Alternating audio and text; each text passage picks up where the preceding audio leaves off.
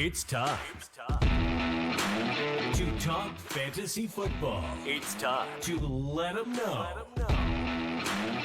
Where you let us crunch the numbers while you crush the competition. So grab your playbooks and crack a cold one, because here's your hosts, TeeK and Baney. Welcome back, guys. It's the 2024 fantasy season coming up here. The boys are back. We're going to get you started here with my personal favorite, TeeK's tier list. We're going to go over the QBs from the elite ones all the way down the ones you should bench. Obviously, rookies are going to be involved here. It is on tier makers, so there's going to be some guys, some rookies in there that we're going to replace for the fun of it with the so-called starters for now.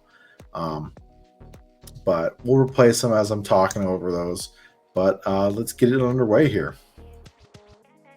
So on tier maker here, whoever created this one has elite all the way down to bench here.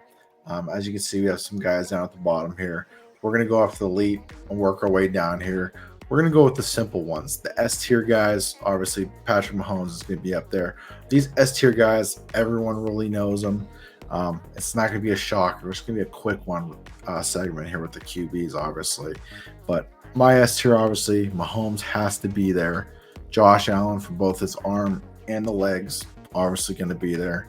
It's huge in fantasy. So that being said, with that being huge in fantasy, Lamar, strictly because of his running as well, is at S tier personally to me. And believe it or not, yes, we're going to put Jalen Hurts there as well. Those 1-yard TDs on the goal line help his value tremendously.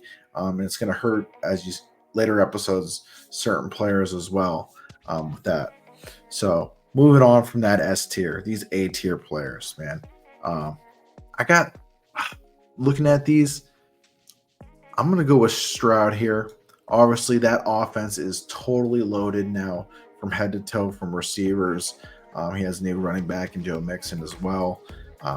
Even tight end Dalton Schultz is no pushover, but that wide receiver core is stacked as well for Stroud. He should have another good year. So moving on from him, hopefully this guy stays healthy all season because he has wide receiver help as well. Joe Burrow, we all know when Joe Burrow's healthy, took him to the Super Bowl.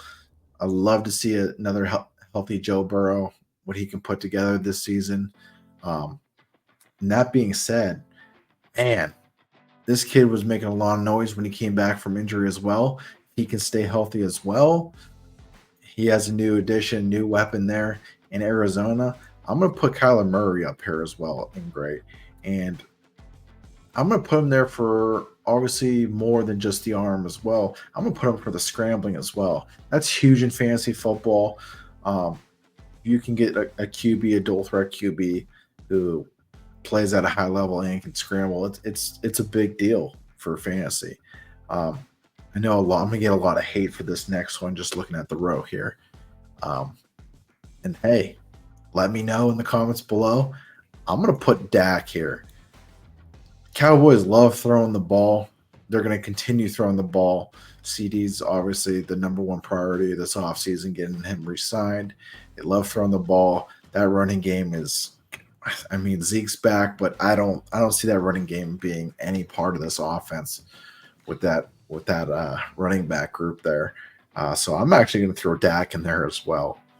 So I think that will complete my look at the guys here. We'll complete that great category here. Moving on to the good. So I'm going to start off here. These are a bunch of guys on this tier, I think. We're going to go down the list here. We're going to go Tua here. Tua obviously has all the weapons as well. Tyreek being the main weapon there. Another guy similar to him, stand in the pocket guy. Brock Purdy. Tons of weapons again. We're going to keep him there. Brock had a great season last year as well. Moving on. This is where I'm going to get some eyebrows lifted here. The reason I'm putting this guy in here, the hype might be ridiculous, but it has to be, how can I say this? It has to be warranted for there being so much hype around this kid when he came out. And the offensive weapons he now has around him in total, whether it's receiving core, even at the running back position. I think they made a little small upgrade themselves. I'm actually going to put Caleb Williams in this category. I think he's going to surprise a lot of people, like him or not, whether his phone case is pink, his fingernails are painted, the weapons around him, plus just the hype around him. I know, like, people might say he's going to be a bust, but hey, you can see what weapons do. Weapons do a lot for QBs. Moving on here. Man, looking down this list, there's a lot of guys that I think can go on this list. Stafford's going in good. Puka, Cooper Kupp, and they have a run game, so it's going to open up the pass as well. I love me some Matt Stafford in late rounds. Another guy in this, Jared Goff, same kind of QB. I think Stafford's a little bit better of a gunslinger, but Goff showed last year he can put up points with that offense. Again, another stacked offense. Moving down the line, hey, I'm gonna hear a lot of noise for this one as well. Kirko Chains, okay. Yes, the Falcons paid him. Yes, the Falcons drafted another QB, but it is Kirko's team this year, at least. So I think Drake London's going to be a huge upgrade. Not obviously from Justin Jefferson, but I'm just saying in general. He has Drake London, Kyle Pitts. They added some sneaky, I think, wide receiver 2 and 3s, I believe, anyway, with Rondell Moore and Darnell Mooney.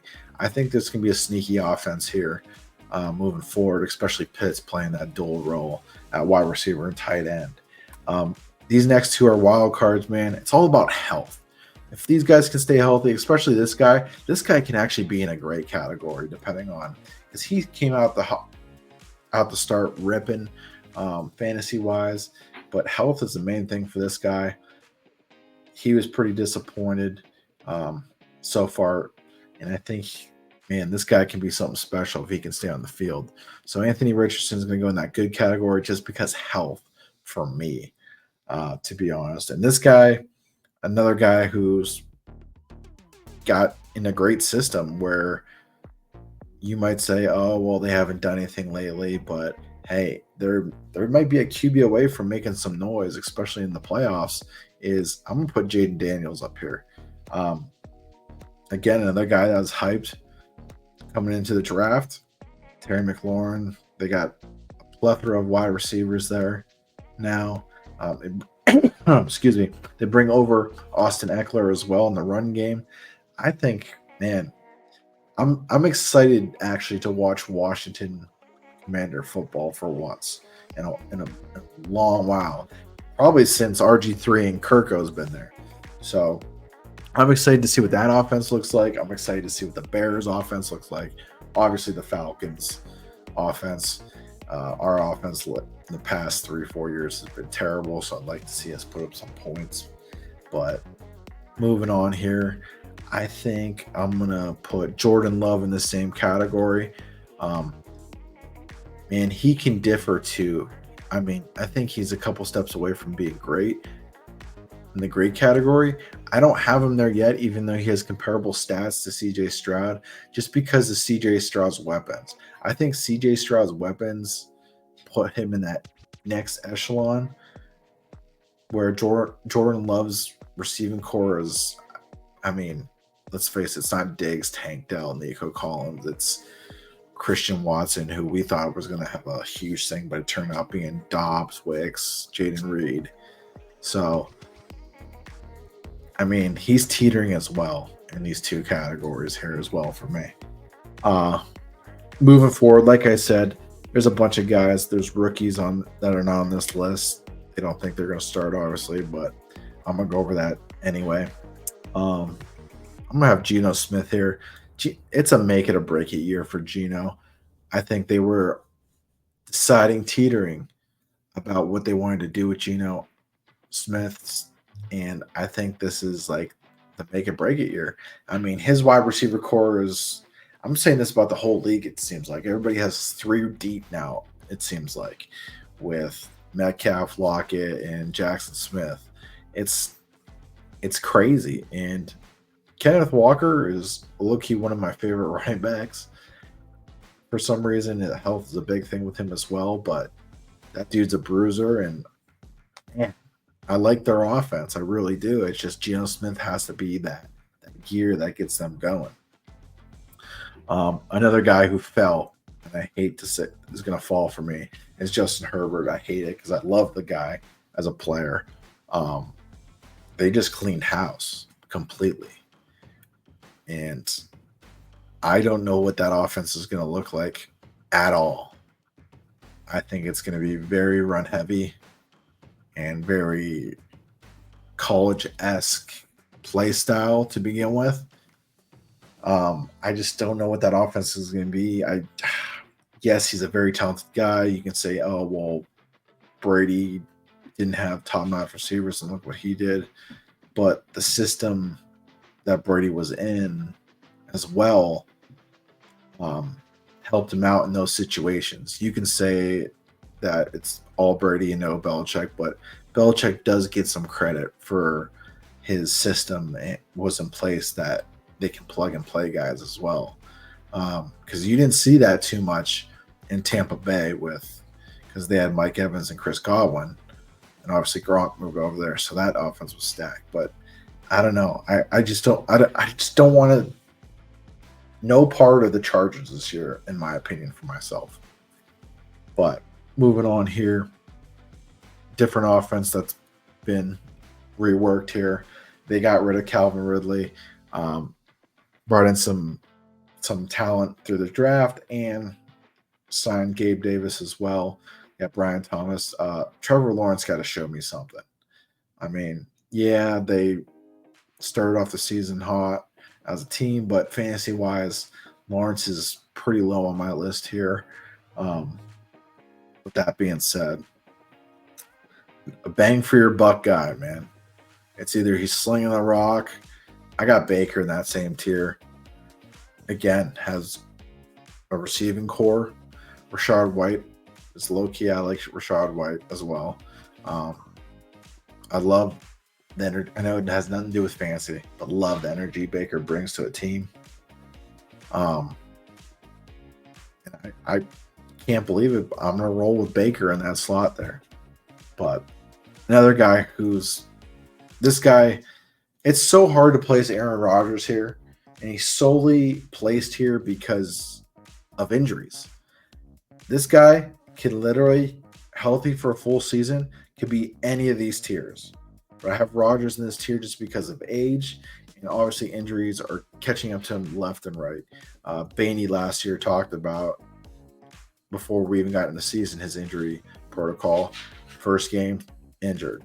And all the retreats, all the medical, I don't think no one ever beats Father Time, and it's catching up to A-Rod. And I hate to say it because dude's a gunslinger. But like I said, he can be in any one of these tiers. But health for me is a huge concern with this guy. And that's why he's going to stay in that mid category for me. Man. Moving on here. This is tough. I don't know if I want to end it there. I'm going to go right off the rip. I'm going out of pocket here. I want nothing to do with Bryce Young. Nothing to do. You can say it was a bad first year. I don't like anything that's going on right there right now. So I'm just going to throw him there. Same with, I might skip around a little bit now. Sam Darnold, JJ McCarthy. Obviously, we're going to see him later down the line for seasons. Obviously, they're going to be a bench guy until they come out in whatever week. If Sam Darnold's slinging, you might not see JJ for week 6, 7, unless they go on a losing streak. I think you're going to see Bo Nix a lot sooner. But until then, putting the starter there as well. Same with Jacoby Brissett. I think he's back with the Patriots. I think that's a Patriots uniform. He's back with the Patriots ahead of Drake May. you're going to see Drake May a lot sooner as well. You don't take a guy that high to sit him.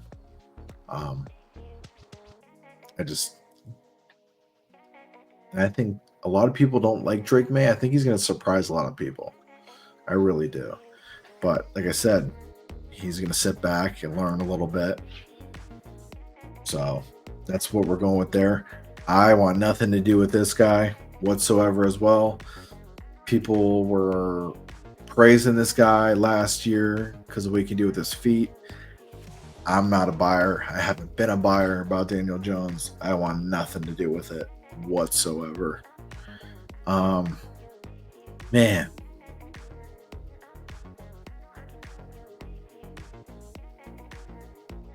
I kind of want to get rid of a tier here. And I almost want to make this my next tier, to be honest. Can I do that? Yes, I can. Boom. So, Will Levis showed glimpses last season. Obviously, against the Falcons was one of them. He wasn't very consistent. He has a huge arm. I think he dabbles between these two, but I'm going to set him here. Deshaun Watson, this dude. I say this in the best way possible. The biggest con man ever. I mean, the guy got the most guaranteed money someone's ever seen and hasn't put together a full season yet. I mean, it doesn't get much better than that from his standpoint. No wear and tear on the body, really. Man. You could say he's injured, but man, when you have all that money guaranteed sometimes, it's like, I don't know. I don't want to put anything on the guy's character at all. I'm just saying that's that money. We're chilling. Oh, man. Derek Carr. I'm good on Derek Carr. Aiden O'Connell, same thing. Yeah, they gave him a spark. Aiden O'Connell, I'm sure you guys watched the receiver show. Gave him a spark, gave that whole room something to cheer for, but I ain't with it still. Who knows? Maybe you can shock me.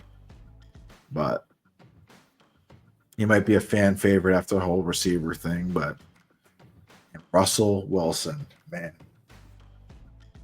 I'm going to hear about this one no matter where I put him because of Badge.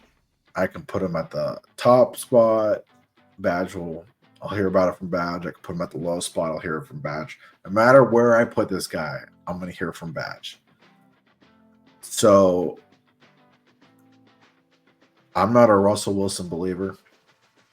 I think he had a better wide receiving core in Denver with Judy, Sutton, Mims.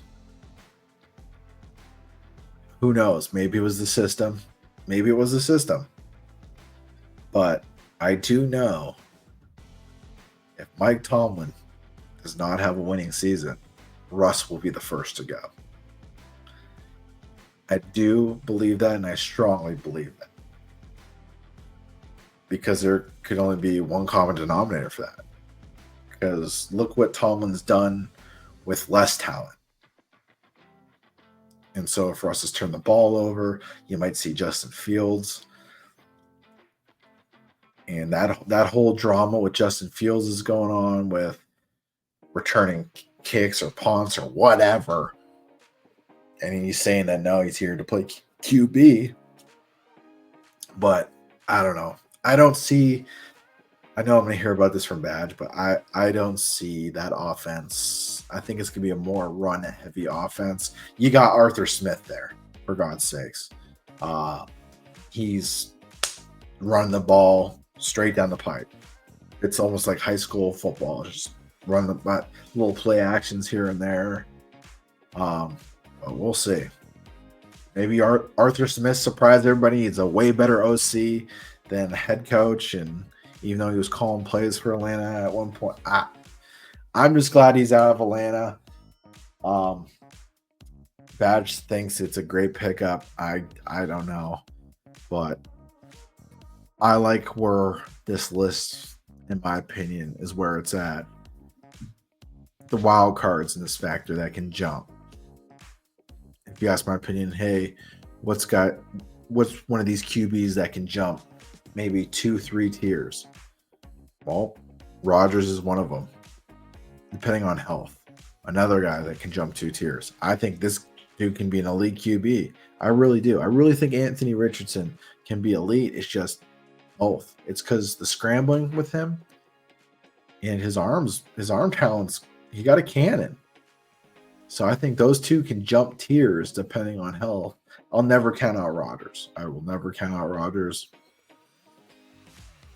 He's following kind of the same path as Favre with, Favre being obviously went to Minnesota and then Jets and blah, blah, blah. But Favre was still slinging the rock when he was old. And I think Rodgers can too. It's all about health. So I think those two guys can jump tremendously.